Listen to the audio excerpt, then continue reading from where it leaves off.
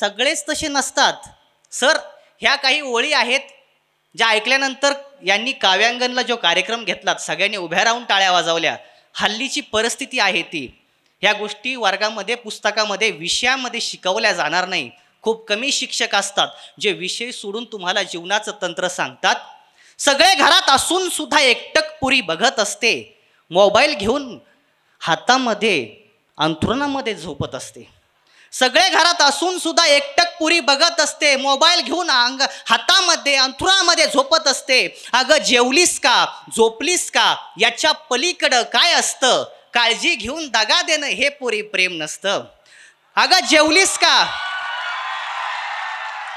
अगं जेवलीस का, झोपलीस का, याच्या पलीकडं काय असतं? काळजी घेऊन दगा देणं हे पुरी प्रेम नसतं. अरे मेंढ्यांच्या कळपासारखे जोडपे इथं फिरत आहे, क्वचित एखाद्या ठिकाणी पोरगी जेवणाचे पैसे भरत आहे. मेंढ्यांच्या कळपासारखे जोडपे इथं फिरत आहे, क्वचित एखाद्या ठिकाणी पोरगी जेवणाचे पैसे भरत आहे. आपली पोरगी म्हणजे सोनं, बाप गावामध्ये सांगत असतो.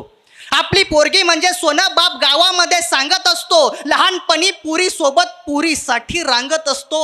अगं पट्टी बांधून डोळ्यावरती अगं प्रेम कसं केलं, घर सोडून जाण्याचं खूळ डोक्यात कसं गेलं. अरे आता गावात जाऊन सुद्धा बाप गावाकडं बघत नाही. आता